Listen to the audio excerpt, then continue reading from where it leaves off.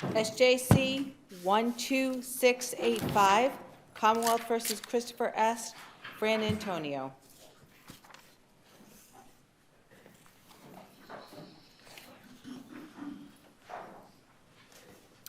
Attorney Reardon, whenever you're ready.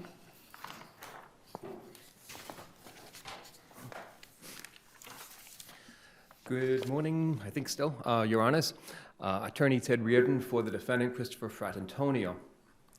Your Honors, the facts and law of this case, the facts and law of the heat of passion on reasonable provocation defense applied to this case, and trial counsel was ineffective in failing to argue that. The Fratantonios were married 10 years before this homicide, and they had a rocky marriage. During that time, there was much talk of divorce. And according to the Commonwealth, divorce was inevitable. But what the jury did not hear was that there was lots of talk about trying to reconcile. And on pages 28 to 34 of my brief, I've summarized the reconciliation evidence, which includes that during the time leading up to the homicide, the Fratantonios were having unprotected sex. And she said that she would have the child if she got pregnant. There's abundant evidence that she was constantly telling the defendant that she loved him and that he was the world to her. In the week before the homicide, she went to New York City, and she was texting him pictures and telling him how much she missed him and loved him and couldn't wait to get back to him. At one point, again, there was tension, and so Mr. Fratantonio said to her, "Are you sure we're not getting divorced? So this is just going to be a separation between us?" And she said, "That's correct." This is some of the evidence that led this defendant to believe that his wife loved him and that notwithstanding their issues, they were genuinely trying to reconcile. Advance to the night of the homicide. Now Mr. Fratantonio is reading her texts, and he realizes how she truly feels about him. She doesn't love him. She regrets marrying him. She had long wanted to divorce him, and she had no respect for him at all. She had every intention of divorcing. What do you do about the cool-down period between the time he goes up with the knife or goes outside and calls people? Wasn't there some cool-down period before the killing? Yeah, so the motion judge refers to this as being a 4-hour period, but I don't think that isn't necessarily supported by the evidence. In this case, Molly's last text to the defendant was at 10:16 at night, and before that, she had been furiously texting, and she stopped right at 10:16. That's about an hour and 3/4 after the defendant first learned of her text, of her messages, and Wait, fair inference. can you clarify that? What time do you say is when he got the phone and looked at the messages? So the texts in his texts show that he forwarded her screenshots of her phone to his phone at 8:36 in the evening, and then there was a lot of texting. And the killing took place, I think it was after midnight, right? Closer to 1? When did the murder actually take place? Well, we don't know for sure, but that's my point, is that up until 10:16, Molly had been furiously texting with the defendant. And the inference to be drawn is that when she stopped texting, that's when she was murdered. So the best case for you is how much time? An hour and 3/4. Yeah. The time after midnight has been an issue because at that point, after midnight, the defendant texted his friend Horn that just texted 911. Didn't say, the murder just happened, or I just killed her, or anything like that. So the fair inference is that it was an hour and 3/4 when she stopped texting. Is there a timestamp on the photo he took of her? There is a timestamp, but that doesn't necessarily mean that he actually. What was the timestamp? I want to say it was around 1 o'clock in the morning, but he took that after he talked with Horn, and Horn did not believe that he had committed the homicide, so he went and took a picture to prove it to her. So it was after. Now, the judge gave the heat of passion instruction, as he said, in the abundance of caution. Yes. So this argument centers around counsel's strategic choice to either do diminished capacity or heat of passion, and he focused on diminished capacity, correct? Yes. I'm sorry. Yeah. So given, as the chief first asked you, of the time to cool down of 1 hour and 45 minutes, wasn't that a reasonable tactical decision to focus solely on diminished capacity, given the expert testimony? Well, as far as the expert, he wrote a report, and the very first issue that he... Oh, I'm sorry, we'll get into the expert in a second. I didn't want to confuse, but given that time lapse in the cool down period, how is it ineffective to focus on diminished capacity, given the weakness of the heat of passion instruction of defense? Well, there was a finding that the two defenses are not inconsistent, they're not antagonistic, so they could have both been pursued without either one denigrating the other. There's the old story about riding two horses. I'm sorry? There's the old expression about a defense attorney trying to ride two horses at the same time. It's not ineffective to focus on the stronger defense. Well, I don't know that it is the strongest defense, especially whereas what happened at trial when the doctor was testifying. Trial counsel had sent him a list of questions that he was going to be asked, and then added one at trial that he was completely unprepared for as he testified at the motion for new trial. He was asked, did the defendant have the intent to grievously harm the victim in this case? And he said, unquestioningly, yes. And then the DA gets up there and asks the same questions, and again, he says yes. At that point, there was nothing left of the defense that had been presented at trial, and it could only be salvaged by adopting the heat of passion defense. But if the intent is to grievously harm, right, that's third-pronged malice, correct? Yes. That still eliminates first degree. Well, as to, yes, so I asked a trial counsel about that, and she, at the motion hearing, and she talked about how it would, the deliberate premeditation would be negated, but not the extreme atrocity and cruelty argument. So, What was the opinion regarding atrocity and cruelty at trial? what was the? Was there an opinion given regarding atrocity and cruelty at trial? That, I don't think he was asked that question, no. Okay. No. So, as far as it being a defense to this case, this defendant was of the mindset that his wife wanted to reconcile. That's what she was telling him. That's what she was saying, is that she loved him.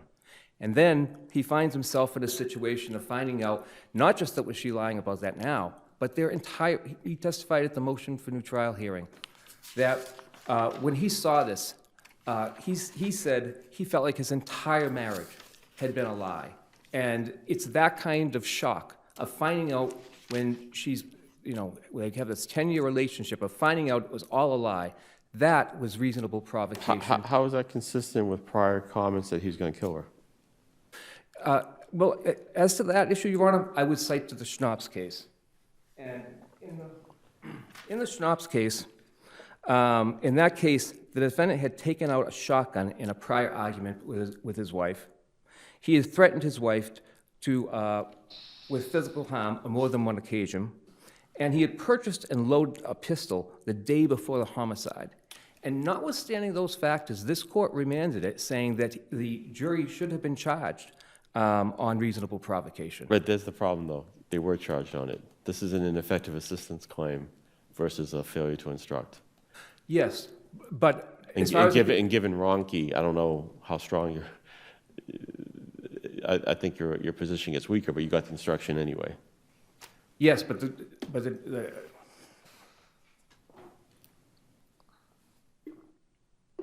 there was an instruction, but Right. defense counsel didn't do anything with it. She ignored it. So the fact that it was given doesn't matter, because there was no argument made about it.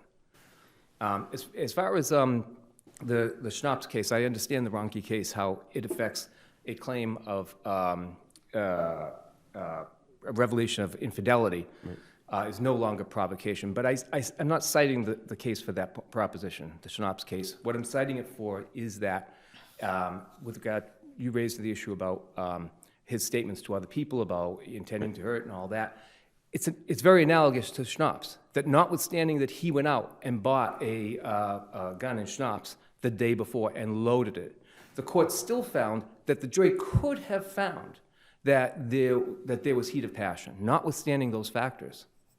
And so even though the jury was charged in this case where defense counsel didn't do anything with it, it really was of no effect. What's your best case for the proposition that that provocation, the requirement of provocation, can be met by,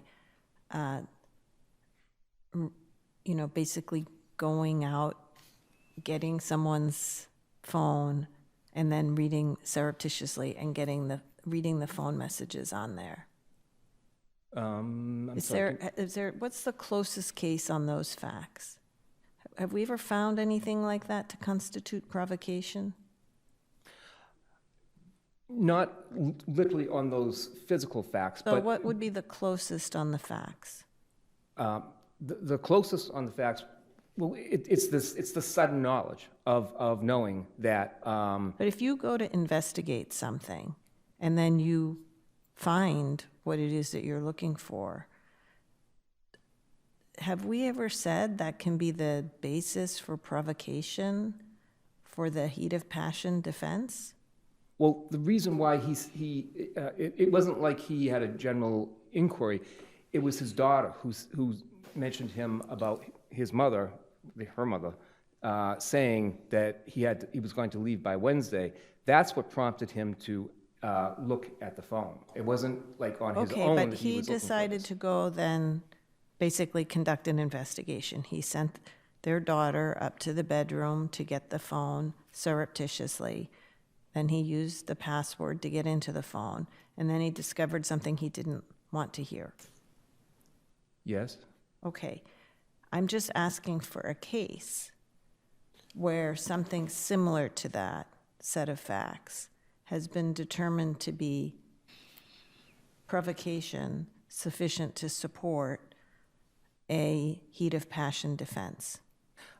Factually, I don't know of another case that's similar to that, but as far as the case law, the standard being, suddenly learning about something and being provoked, that the case law, and Ronchi itself says that. Yeah, but the sudden information is usually you hear of, I've got a gun, or you hear of some type of, and Rocky collects all those cases and talks about it. And what we didn't exclude in Rocky was, other than an oral revelation, receipt of information in a different manner. And here, I think the argument is the receipt of information wasn't oral, it was written. Whether or not a text is oral is a different issue. But we still go back to, are there cases where we have a viable, instructed defense and a defense attorney focuses on another one and we say it's ineffective? Excuse me. I'm sure there is, but I don't have a citation for that right now. Okay, we'll look. Okay. As far as I don't think Ronchi did involve an oral communication, but it also talks more generally about information that causes a reasonable person to lose self-control. So the facts in that case were oral, but I don't think. But it was also split second. That's the problem with this case. He's not your kid anyway, and then the murder happens. Here it's, I read about infidelity, an hour and a half goes by, and then the murder happens, or an hour and three quarters goes by. That's the problem with this case. Well, I think that's why it should be argued to the jury and let the jury decide. It wasn't argued to the jury. The jury was instructed, but there was no argument made.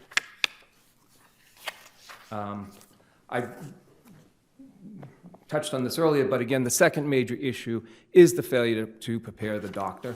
The doctor testified at the motion for new trial hearing that had he been properly prepared for this question, he would have answered along the idea of his third answer, which was, so twice he says, yes, the defendant had the intent. And then the DA asked him again, and the doctor testifies, well, I wouldn't say it was intent, it was more emotional and reflexive based on distress. And I would suggest to you, by the jury having heard 2 times before that, including by the defense counsel on direct examination, that they had heard convincing evidence that this guy was testifying basically as an expert for the Commonwealth. His testimony, his third answer, in no way, he didn't explain why he was changing his answer from yes, unquestionably, to now he's saying, well, you know, it was more emotional. He didn't explain why he was changing his answer. So the motion for new trial judge said that that third answer saved and negated the first two answers. But I don't think it does where the expert doesn't explain to the jury why he was changing his answer. Again, I'm sure the jury was sitting there having heard the expert testify twice that the defendant had the intent. And I should know this, but please let me know. With respect to that disputed testimony, that unprepared testimony, was that highlighted by the prosecutor in the prosecutor's closing argument and/or rehabilitated by the defense attorney in the defense attorney's closing argument? No, it was not. No, it was not as to the defense attorney. I believe the DA did seize upon that, and why wouldn't he? I mean, it was such a significant testimony. If Your Honors have no further questions. Okay, thank Thank you. you.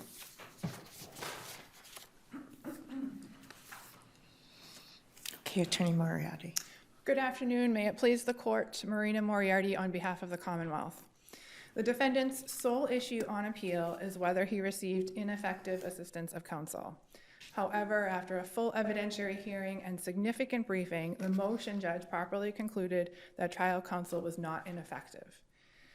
It is the Commonwealth's first position that trial counsel was not ineffective in failing to argue a legally unavailable heat of passion defense. This set of facts fails the heat of passion test on every element. With respect to the timing, the motion judge found that it was approximately 4 hours between the defendant's discovery of the texts and the time of the killing. I would suggest that that is not clearly erroneous, and in fact, the timing is probably closer to 6 hours.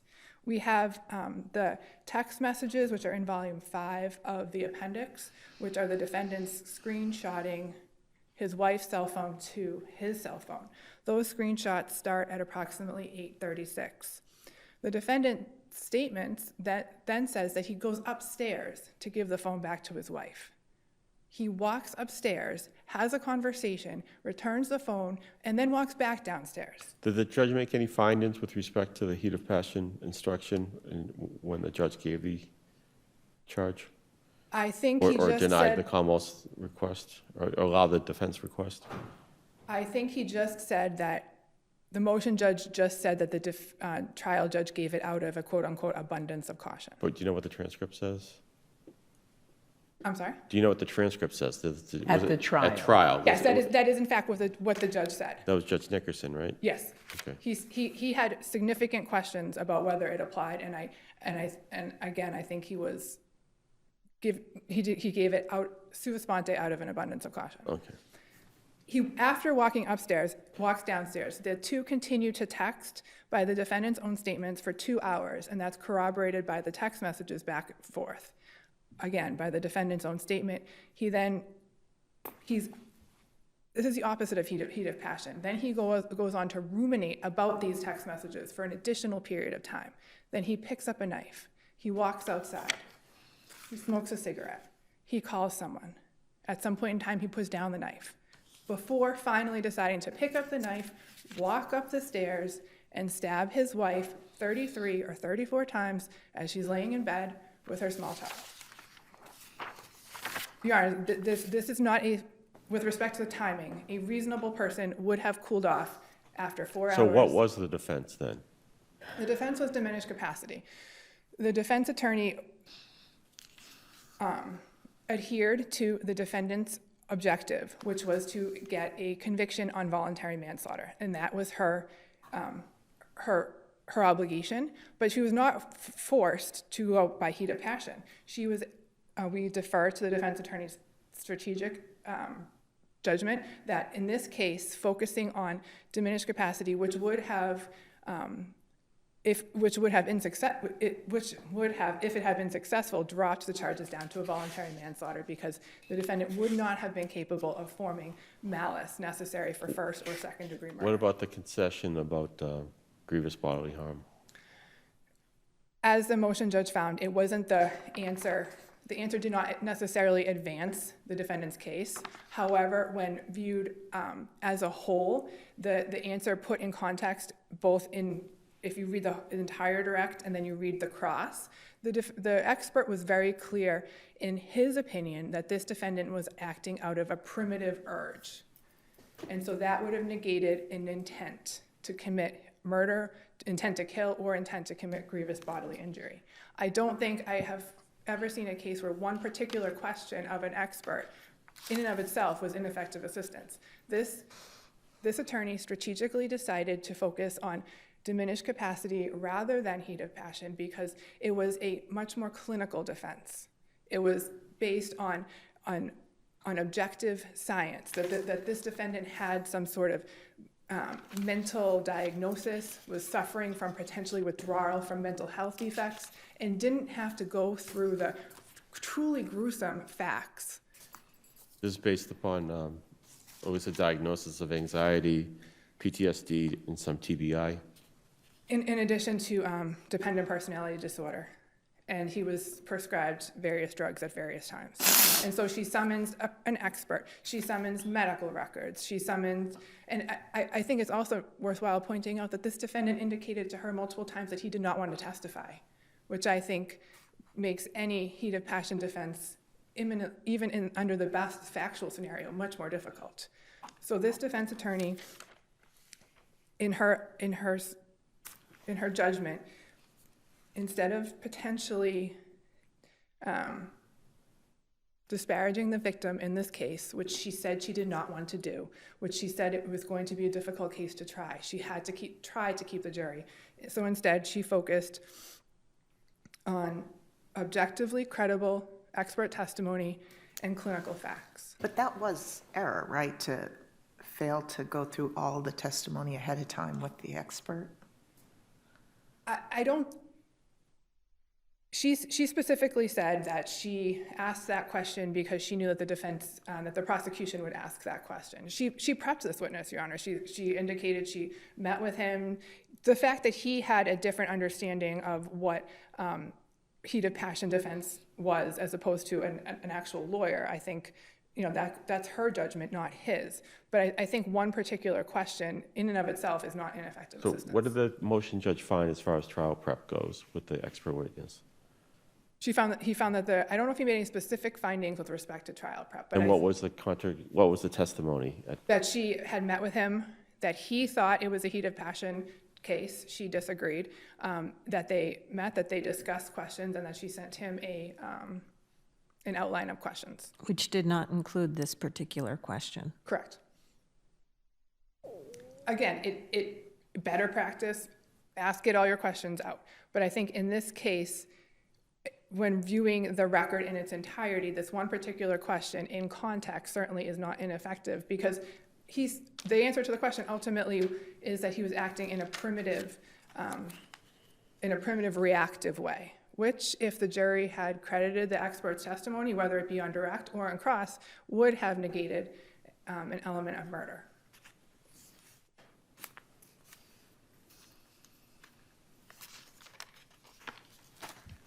If the panel has no further questions, Commonwealth is happy to rest on its brief. Okay.